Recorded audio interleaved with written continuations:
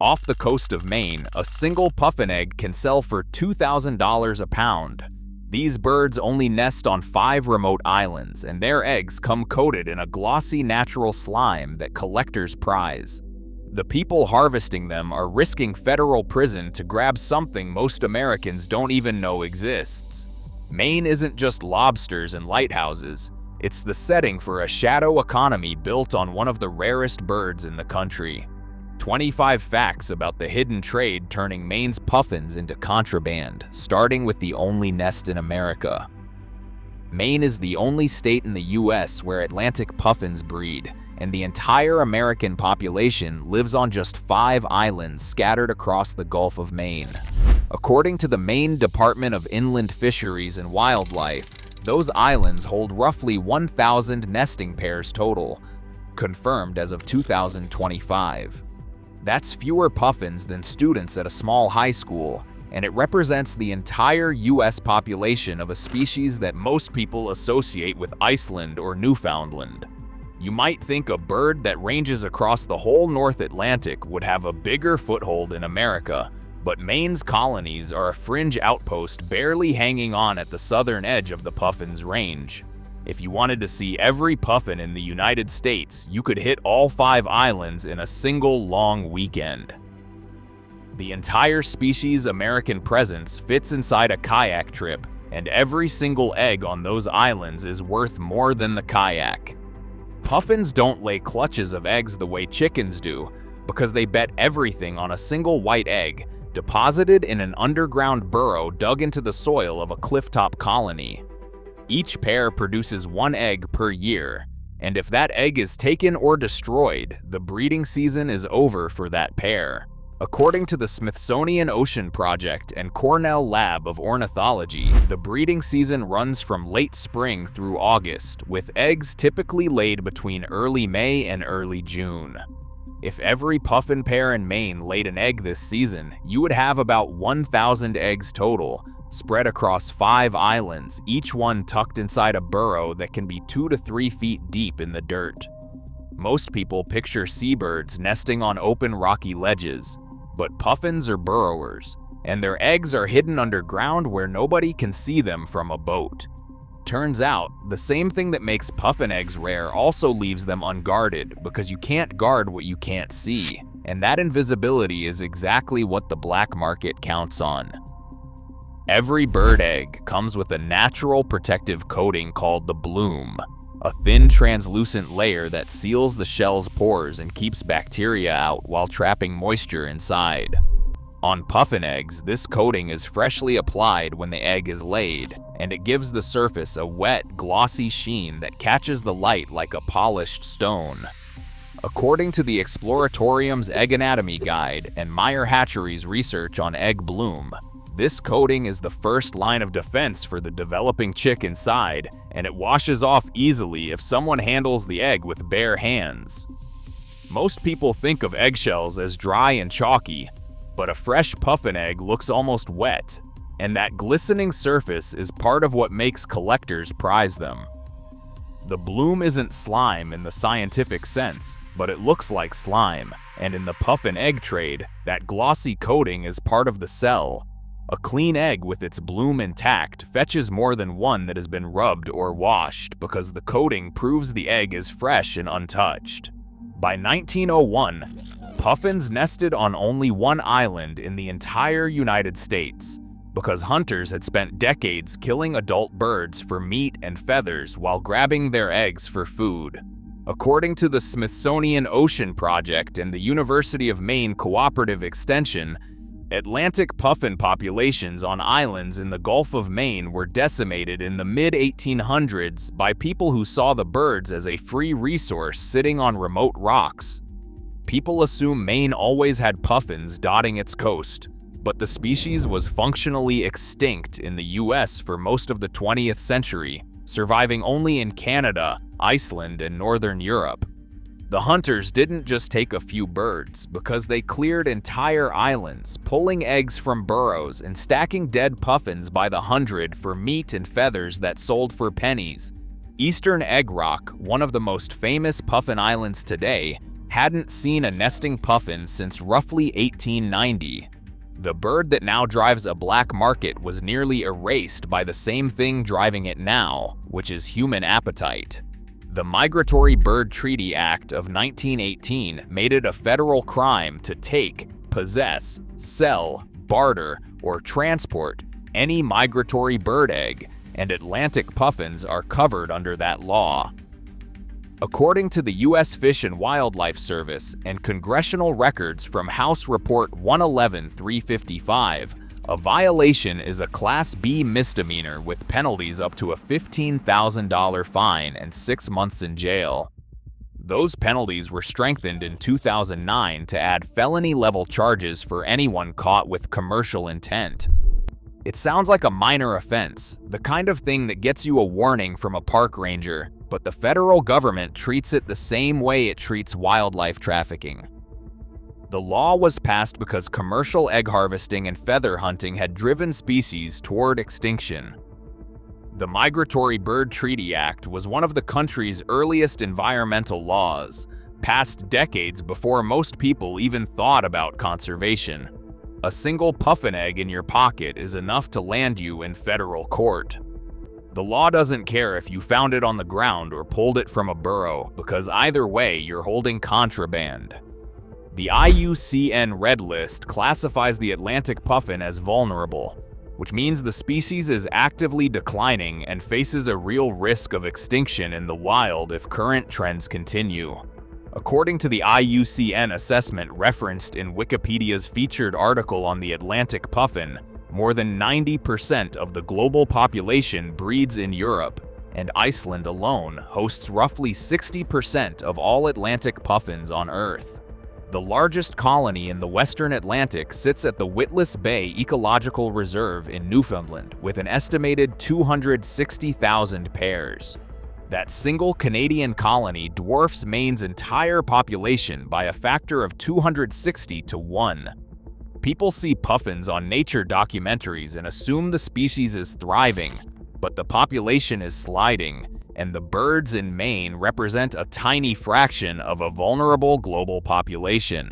When a species is already declining, removing eggs from the few colonies that exist in the US is not just illegal, because it's a direct hit to the population's ability to recover. The rarer the bird gets, the more its eggs are worth, and the more the eggs are worth, the more someone is willing to risk. Maine's Puffin Islands include Eastern Egg Rock, Seal Island, Matinicus Rock, and Machias Seal Island, and they're scattered across the Gulf of Maine, some sitting 6 to 10 miles from the nearest point of land. According to Visit Maine and Wikipedia's entry on Eastern Egg Rock, these islands are small, rocky, and exposed to the full force of the North Atlantic. There are no permanent human residents and no easy access for boats in bad weather. Most people picture a wildlife sanctuary as a fenced-off area with rangers and visitor centers, but these islands are bare rocks in the open ocean, reachable only by small boats in calm conditions during a narrow window from May through August. Eastern Egg Rock sits in Muscongas Bay about 6 miles from Pemaquid Point, and it's owned by the Maine Department of Inland Fisheries and Wildlife. The other islands are similarly remote, with some contested between the US and Canada over jurisdiction. The isolation that protects puffins from predators also turns them into targets for anyone willing to make the trip, because there's nobody out there to stop you. Puffins are monogamous, and they return to the exact same burrow year after year, sometimes reusing the same tunnel for decades. According to Wikipedia's featured article on the Atlantic puffin and the Cornell Lab of Ornithology, this site fidelity is so strong that a puffin displaced from its burrow may simply not breed that year because it won't dig a new one. Birds are supposed to be adaptable, finding a new nest when the old one is gone. But puffins are creatures of habit so rigid that removing their burrow effectively removes them from the breeding population. The burrows themselves can be engineering projects, with tunnels extending 2 to 3 feet into the soil, sometimes branching, And the grassy slopes of a puffin colony can be honeycombed with so many tunnels that the ground collapses if you walk on it. When an egg collector digs into a burrow, they aren't just taking an egg because they're destroying a home that a pair of birds has used for years. The damage outlasts the theft because the birds may never come back to a disturbed burrow. And once you understand how fragile that system is, the idea of someone raiding it for money gets a lot darker. If you're from Maine, you're gonna want to hear this next part because the trade gets real from here. Stick around and subscribe because this is where it gets wild. Egg collecting was once a popular pastime on both sides of the Atlantic, with enthusiasts prying eggs from wild nests, blowing out the contents through a small hole, and displaying the empty shells in cabinets like trophies. According to bird watchers' general store and historical records of the Migratory Bird Treaty Act, the practice drove some bird species toward extinction, and it was banned in the United States in 1918 and in the United Kingdom in 1981 under the Wildlife and Countryside Act. Birdwatching sounds like binoculars and field guides, but for over a century, the hobby often meant stealing eggs from nests and killing the embryos inside to preserve the shells. The collectors were obsessive, keeping detailed records of which species they had taken and trading rare eggs among themselves like baseball cards. Some collectors had thousands of eggs in their collections, each one representing a bird that never hatched. The hobby is gone, but the obsession behind it isn't, because the same drive that made someone collect eggs in 1910 makes someone pay for them today. In November 2024, UK police seized more than 6,000 illegally collected wild bird eggs in the largest raid of its kind in the country's history. According to The Guardian, BBC, Explorers Web, and Manga Bay, the eggs were found hidden in offices, drawers, and attics across the country, and the raids were part of an international operation that recovered over 50,000 eggs across the United Kingdom, Australia, and Norway combined. 50,000 eggs is enough to fill a small warehouse, and that number represents only what was seized, not what is still out there. Most people think wildlife crime is a tropical problem involving elephant ivory and rhino horn. But the biggest egg bust in history happened in suburban England, and the people involved were hiding eggs in their desk drawers. No arrests were made in the UK case at the time of reporting, and the sheer volume suggests an organized network, not a few lone hobbyists. The trade is bigger than most people imagine, and it's happening in places where nobody expects it. Single rare bird eggs can fetch tens of thousands of dollars on the black market, according to Explorers Web's reporting on the 2024 UK seizures. One egg, in some cases, costs more than a used car, and the price climbs with rarity, condition, and species. According to The Guardian and the Audubon Society, the illegal egg trade operates through private networks of collectors who deal in shells, the way art collectors deal in paintings, with rarity and provenance driving the price. A bird egg is a bird egg, or so you would think, but to the people buying them, a rare egg in perfect condition is a trophy, a status symbol, and an investment. The Australian seizure in July 2024 involved 3,404 rare eggs estimated at $500,000 in value, according to the BBC, and that works out to roughly $150 per egg on average, with the rarest specimens worth far more. At those prices, a puffin egg from the only US nesting colony would sit at the top of the market, because it combines maximum rarity with maximum legal risk. The rarer the egg and the harder it's to get, the more someone is willing to pay. In the United Kingdom, gull eggs are considered a seasonal delicacy served at high-end London restaurants, and they're available for just 3 to 4 weeks each year. According to Vice, The Guardian, and the Daily Mail, only about 25 licensed pickers are allowed to harvest gull eggs in the UK, and the eggs sell for up to £7 each, roughly $9 US. People think of seagulls as a nuisance bird that steals French fries on the boardwalk, But in the fine dining world, their eggs are a luxury item with a waiting list. The flavor is described as fishy or salty, somewhere between a regular egg and caviar, and top chefs compete for the limited supply each spring. The legal harvest exists alongside an illegal one because demand exceeds what 25 pickers can supply. And that gap is where the black market steps in. If gull eggs from a common bird sell for $9 each in a legal market, a puffin egg from the rarest seabird colony in America would command a price that makes $9 look like pocket change. Criminal gangs have been caught stealing gull eggs from protected nesting sites to supply the restaurant trade because the demand for wild eggs in fine dining is high enough to support an illegal supply chain. According to The Independent, BBC News, and the Audubon Society, Dorset police launched a crackdown in 2017 after hundreds of eggs were stolen from Poole Harbour, a protected nesting site in southern England. Mediterranean gulls were specifically targeted by poachers because their eggs are rarer and worth more than those of common gulls. Fine dining crime sounds like tax evasion or insider dealing, but gangs are literally raiding bird colonies in the dark to supply restaurants with ingredients. The National Wildlife Crime Unit in the UK has been running Operation Easter for 29 years as of 2026, according to West Mercia Police, and the operation exists specifically to combat illegal egg collecting. The trade is persistent enough to justify a permanent police operation, and that's for gull eggs. A puffin egg from Maine would be the crown jewel of that market, and the people who supply it wouldn't be hobbyists with binoculars.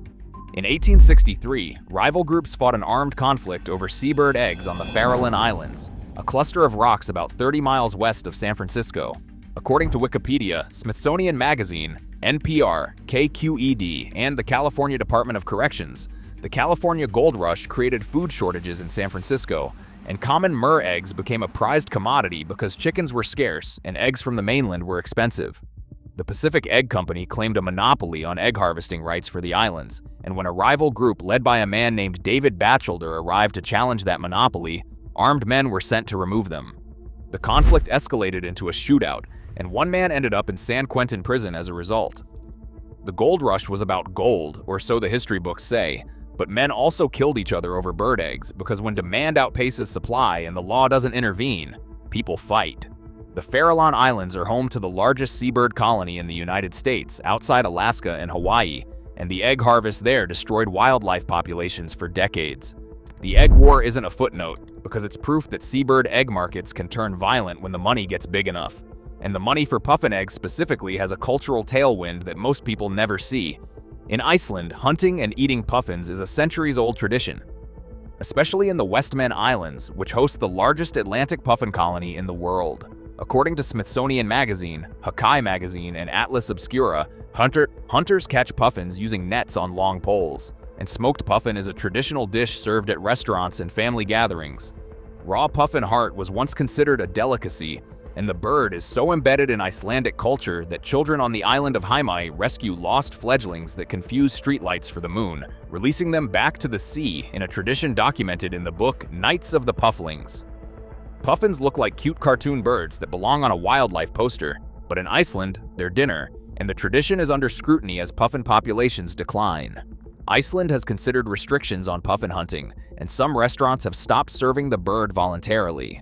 If puffin meat is prized enough to hunt in Iceland, puffin eggs from the only US colony would be worth a multiple of that, because eggs are rarer than meat and you can't farm a wild seabird. The puffin egg trade in Maine exists at the intersection of three forces: extreme rarity, total prohibition, and culinary prestige. There are roughly 1,000 puffin pairs in the entire United States, each laying a single egg per year, and every one of those eggs is protected by federal law since 1918. At $2,000 a pound, a single puffin egg could be worth more than its weight in gold, because gold trades at roughly $2,300 per troy ounce, and a puffin egg weighs a fraction of an ounce, meaning the per-pound price of a puffin egg can rival or exceed the per-pound price of gold itself. The priciest thing coming out of Maine feels like it should be a lobster, but one puffin egg can outprice a lobster dinner at a top restaurant, and it fits in your hand. Follow the money, and you find the same formula that drives every black market. Rarity plus prohibition equals a price that makes the risk worth taking. The question isn't whether someone is willing to harvest these eggs, because the economics guarantee that someone is. The real question is who brought puffins back to Maine in the first place, and the answer to that's the most surprising part of this whole story. If you're from this state, stick around for this next section, because the story of how puffins even exist in Maine is wilder than the black market itself. Subscribe if you want more of these hidden money stories. Under the Migratory Bird Treaty Act, taking a single puffin egg is a Class B misdemeanor with a penalty of up to $15,000 and 6 months in federal prison. According to govinfo.gov House Report 111-355 in the U.S. Fish and Wildlife Service, the 2009 Penalty Enhancement Act added felony-level charges for anyone caught taking eggs with commercial intent, meaning a person caught harvesting puffin eggs for sale faces more than a slap on the wrist. That $15,000 fine is more than the cost of a used car, and it applies to one egg, and a person caught with multiple eggs faces stacking charges that can climb into 6 figures. Federal wildlife crime sounds like a minor offense that gets pled down to community service, but the law was written to hurt, and prosecutors have used it alongside the Lacey Act to build cases that end in real prison time. The Lacey Act, originally enacted in 1900, adds separate charges for transporting illegally taken wildlife across state lines. And that means a puffin egg moved from Maine to a buyer in New York carries 2 federal charges, not 1. The penalties are serious, and the people who take that risk aren't doing it for fun. In 1973, a 23-year-old biologist named Stephen Kress started Project Puffin with 2 field assistants and an idea that most scientists thought was ridiculous. According to the Smithsonian Ocean Project and the National Audubon Society, Kress had been teaching at an Audubon summer camp on Hog Island in Maine when he read that puffins once nested on Eastern Egg Rock, an island about 8 miles away that hadn't seen a puffin since 1890. His plan was to move puffin chicks from Newfoundland to Maine and raise them by hand, and the first chicks were carried from Canada in soup cans. Wildlife restoration sounds like it requires genetic engineering or a massive government program, but this started with 3 people, some soup cans, and a borrowed boat. The team visited Newfoundland's Great Island, reached their hands into puffin burrows, pulled out chicks, and transported them across the border to Eastern Egg Rock, where they raised them in handmade burrows and fed them fish fortified with vitamins 3 times a day. Some scientists opposed the project because the mainstream view in the 1970s was that nature should take its course and humans shouldn't interfere. Kress ignored them, and the Soupcan plan became the most successful seabird restoration project in history. Between 1973 and 1986, the Project Puffin team relocated 954 puffin chicks from Newfoundland to Eastern Egg Rock, and 914 of those chicks successfully fledged. According to the Smithsonian Ocean Project, the team raised each chick in a handmade burrow for about 4 weeks, feeding them, cleaning their waste, and picking lice and ticks from their feathers before watching them leave the nest for the open ocean. 954 chicks moved by hand over 13 years is a staggering amount of physical labor, and the team did it with a small crew and a limited budget. Conservation sounds like it's about putting up a fence and letting animals recover on their own. But Project Puffin's entire philosophy was that nature sometimes needs a hand, and the hand in this case was literally pulling chicks out of dirt tunnels in Canada and carrying them across the Gulf of Maine. The team also placed wooden puffin decoys on Eastern Egg Rock to attract returning birds, a technique borrowed from Icelandic puffin hunters who used decoys to lure birds into catching range. The same tool that helped hunters kill puffins in Iceland was repurposed to save them in Maine, and that twist is pure irony. The first puffin didn't return to Eastern Egg Rock until June 12, 1977, 4 full years after the first chicks were relocated. According to the Smithsonian Ocean Project and Wikipedia's entry on Project Puffin, Nesting didn't begin until 1981, 8 years after the project started, and for 2 decades after that, only about 15 puffin pairs nested on the island. A restoration project should pay off in a season or two, or so you would expect, but Stephen Kress waited nearly a decade for proof that his plan even worked. And during those years of silence, the criticism from other scientists only got louder. The team kept placing decoys, clearing vegetation, and chasing off predators every single summer, and for years, nothing came back. When the first puffin finally landed on Eastern Egg Rock in 1977, Kress described it as seeing a child off to college because the joy was mixed with fear about what would happen next. The bird landed, looked around, and left, and it took 4 more years before any puffin actually stayed to nest. Patience on that level is almost irrational, and without it, there would be no puffins in Maine today. Today, more than 1,000 puffin pairs nest on 5 Maine islands, including Eastern Egg Rock and Seal Island. According to the Smithsonian Ocean Project Seacoast and Line and Visit Maine, Eastern Egg Rock alone now hosts about 150 pairs, up from 0 in 1973. And the methods developed by Project Puffin have been used to restore at least 47 seabird species worldwide, including endangered birds in Bermuda, Japan, and China. From 0 nesting pairs to 1,000 in a state that had none for 70 years is a conservation turnaround that most people will never hear about. Maine's puffins look like a natural feature of the coast that has always been there. But every single puffin nesting in the United States today is here because a person decided to put them here, and the colony only exists because someone maintains it every single summer. The project that started with soup cans in 1973 now supports a population that draws thousands of tourists every year on puffin-watching boats from Boothbay, New Harbor, and Stonington. The birds came back, and the money followed, because tourism, conservation, and the black market all orbit the same thing. Climate change is making it harder for puffins to find food, because warming waters in the Gulf of Maine are reducing the supply of sand eels, herring, and capelin that puffins feed their chicks.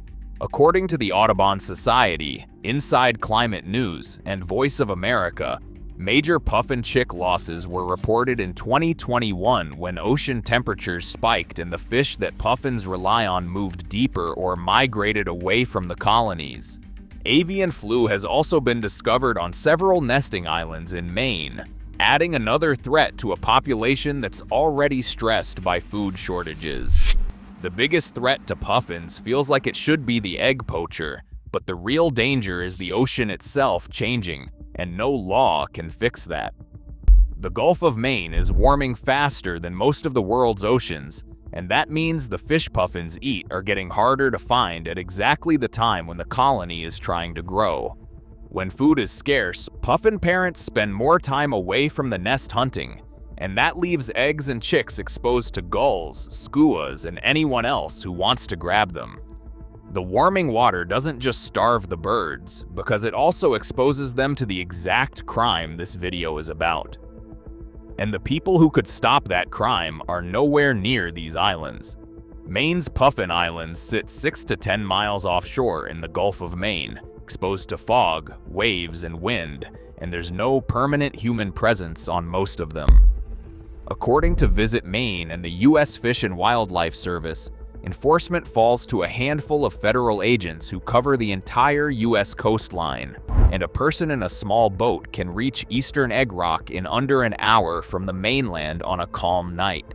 A protected wildlife area sounds like rangers and fences and patrols, but these islands are protected on paper and practically unwatched, because the same isolation that keeps predators away also keeps law enforcement away.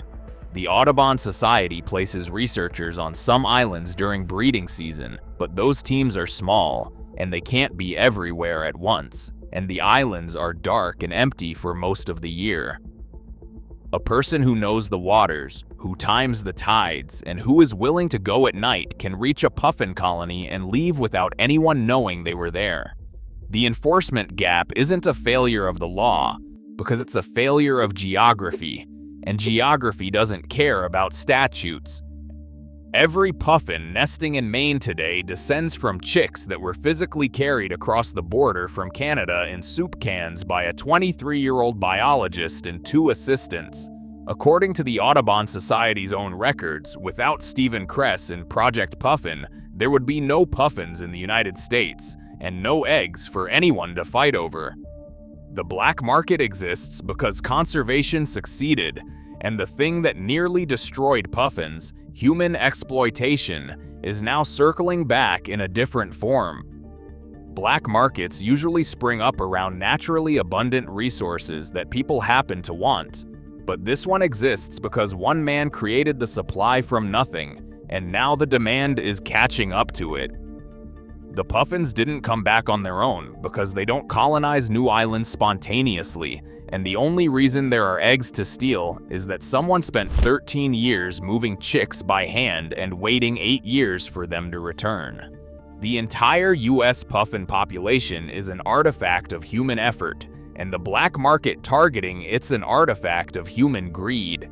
The same species that humans nearly killed is now worth thousands of dollars per egg to the same kind of people who killed it the first time.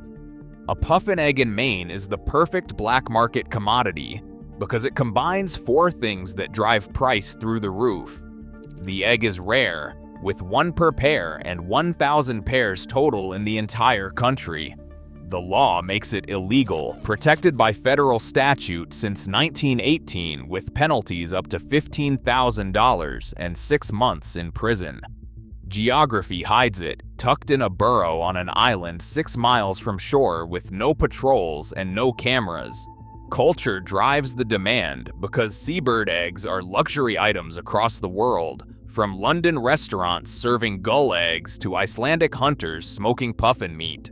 At $2,000 a pound, a puffin egg is worth more than gold, and the entire economy exists because a bird that was hunted to extinction in the United States was brought back by one person with soup cans and patience. The puffin's survival created the supply, and human demand created the market, and the gap between those 2 things is where the money lives. Turns out, the most dangerous black market in Maine isn't running on drugs or guns or stolen cars, because it's running on a single white egg in a dirt burrow on a rock in the ocean, and the thing that makes it dangerous is that nobody is watching. The puffin egg trade isn't just a crime story because it's a story about how human intervention created both the birds and the market for their eggs. Every puffin in Maine exists because someone decided to bring them back, and now the same appetite that nearly erased them is pricing their eggs like gold. If you want more hidden money stories from states you thought you knew, subscribe, because the next one is already on the way.